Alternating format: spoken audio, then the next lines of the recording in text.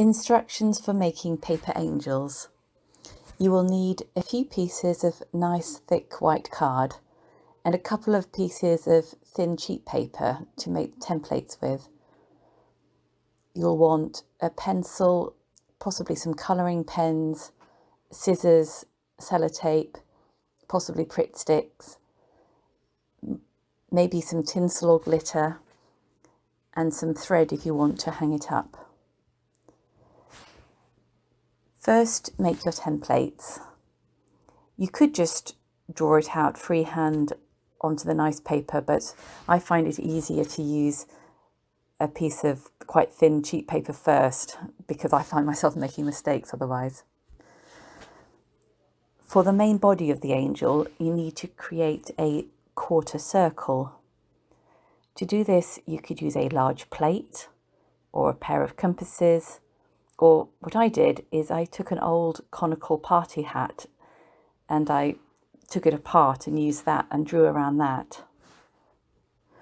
You want to have an extra 1 centimetre or half an inch along one of the straight edges that you will, so that when you make the cone, that will be on the inside. And you want to cut out a little bit where the neck will be. You could use the same piece of paper to make the head, which needs to have quite a long stem, about 5 centimetres or 2 inches, that will go down inside the body of the angel. You can add a halo or a face to this if you want. You'll probably need a separate piece of paper to make the wings.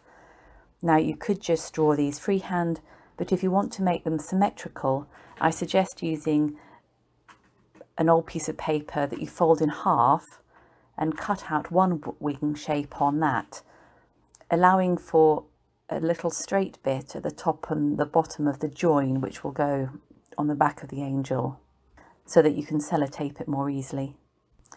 If you want to decorate the body of the angel with felt tips, it's worth doing this before you make it into the actual cone shape.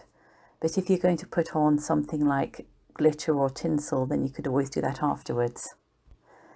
I find making the cone is the trickiest part, and I find it helped to put a bit of Pritt stick along the edge that was going to go on the inside, and also get some bits of sellotape ready beforehand so that once I manage to get it into the cone shape, I can stick it quite easily together.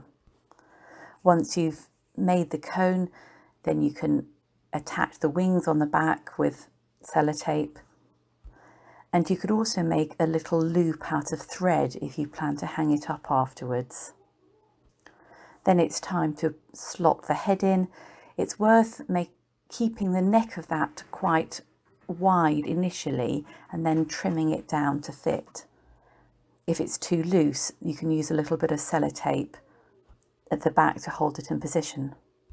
And then it's time to put it on your mantelpiece or the top of your tree, or maybe hang it up in your window. Happy Christmas.